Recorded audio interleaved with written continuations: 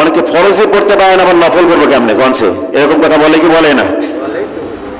কিন্তু নফলের ফজিলত আছে,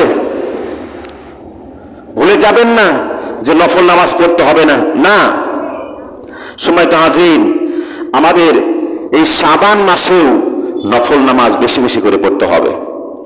তাহলে আল্লাহ রাব্বুল আলামিন আমাদের পাপসমূহ ক্ষমা করে দেবেন এবং আমল নামায় নেকি দিয়ে ভরপুর করে দেবেন। সুবহানাল্লাহ।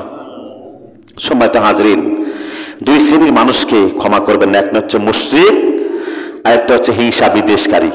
কি? মুশরিক আর হিংসা বিদ্বেষকারী।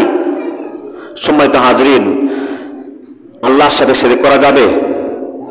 কথা বলেন, শিরক করা যাবে না। এই শিরক না করার ব্যাপারে অসংখ্য আয়াত আছে, অসংখ্য নজির আছে। হযরত সুলাইমান আলাইহিস সালাম, তার কলিজার টুকরা সন্তান, একটু খেয়াল করবেন, হযরত সুলাইমান আলাইহিস সালাম তার কলিজার টুকরা সন্তানকে উপদেশ দিচ্ছেন যে হে আমার কলিজার টুকরা সন্তান। আর এই লোকমান সম্পর্কে কিছু না কথা বললেই নয়, এই লোকমান আলাইহিস সালামকে আল্লাহ রাব্বুল আলামিন যেই জ্ঞান, যেই প্রজ্ঞা দিয়েছিলেন, আল্লাহু আকবার, এমন জ্ঞান তাকে দিয়েছিলেন,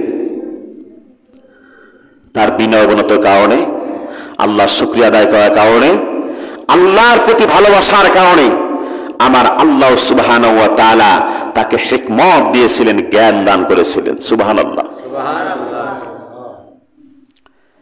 এই লোকমান আলাইহিস সালাম দেখেন কেমন জ্ঞানের অধিকারী ছিলেন। এই লোকমান আলাইহিস সালাম তিনি ছিলেন এক মালিকের দাস। কি ছিলেন? দাস ছিলেন।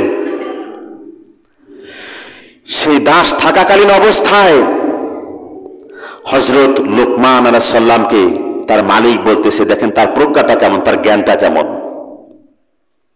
তার মালিক বলতেছে, তুমি একটা ছাগল জবে করে ছাগলের জীব আর মানে সর্বোৎকৃষ্ট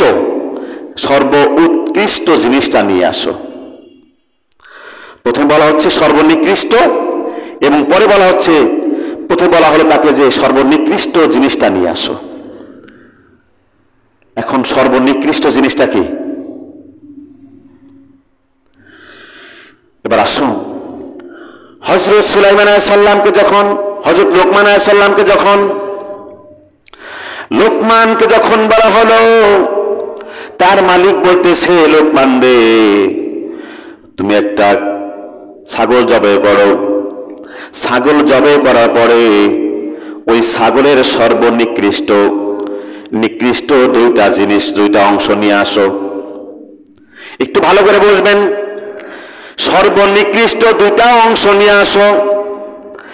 দুইটা অংশ নিয়ে আসো কথা বলার পরে লোকমান আলাইহিস সালাম, তাকে এমনিতেও হেকিম বলে উপাধি দেওয়া হয় নাই। লোকমান আলাইহিস সালাম ওই ছাগলটাকে জবাই করলেন। জবাই করার পরে সর্বনিকৃষ্ট যে দুই অংশ, একটা হচ্ছে জিহ্বার অংশ থেকে এক টুকরো মাংস নেওয়া হলো, আর হৃৎপিণ্ড থেকে একটা অংশ নেওয়া হলো। জিহ্বা, জীব এবং হৃৎপিণ্ড থেকে দুইটা অংশ যখন নিয়ে যাওয়া হলো, মালিকের সামনে হাজির করা হলো। এবার মালিকের সামনে দেওয়া হলো। পরে আরেকদিন হযরত লোকমান আলাইহিস সালামকে বলা হলো, লোকমান রে শোনো, তুমি আজকেও সেই আগের মতো করে একটা সর্বোৎকৃষ্টতা, সর্বকথা ভালো জিনিসটা নিয়ে আসো। প্রথমে বলা হলো সর্বনিকৃষ্ট, এবং দ্বিতীয়বার বলা হলো সর্বোৎকৃষ্ট জিনিসটা নিয়ে আসো, ভালো জিনিসটা নিয়ে আসো। এই কথা বলার সঙ্গে সঙ্গে লোকমান আলাইহিস সালাম ওই সেই আগের মতোই ছাগলটা জবাই করলেন। জবাই করার পরে দুইটা অংশ নিয়ে আসলেন, একটা হলো জিহ্বা থেকে আর একটা হচ্ছে হৃৎপিণ্ড থেকে। এবারও সেই আগের মতোই দুইটা অংশ যখন নিয়ে হাজির হলো, হাজির হওয়ার সঙ্গে সঙ্গে তাকে বলল, ও লোকমান রে, তোমাকে দুইবার জবাই করে দুইটা অংশ করে নিয়ে আসতে বলা হলো, কিন্তু তুমি দুইবারই ওই সেই একই আগের মতোই একই অংশ দুইবার নিয়ে আসলে, তার কারণটা কি? প্রথমবার বলা হলো সর্বনিকৃষ্ট এবং দ্বিতীয়বার বলা হলো সর্বোৎকৃষ্ট জিনিসটা নিয়ে আসো, দুটা অংশ নিয়ে আসো।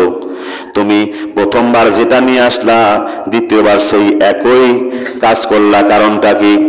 হযরত লোকমান আলাইহিস সালাম বলতেছে, জাহাপনা শোনেন, আমি কেন নিয়ে এসেছি তার কারণ হলো একটা পশুর সবচাইতে উৎকৃষ্ট অর্থাৎ ভালো জিনিস হচ্ছে তার জিহ্বা, আর ভালো জিনিস হচ্ছে তার এই হৃৎপিণ্ড। আর একটা হলো একটা পশুর সবচাইতে হৃৎপিণ্ড সবচাইতে নিকৃষ্ট অংশ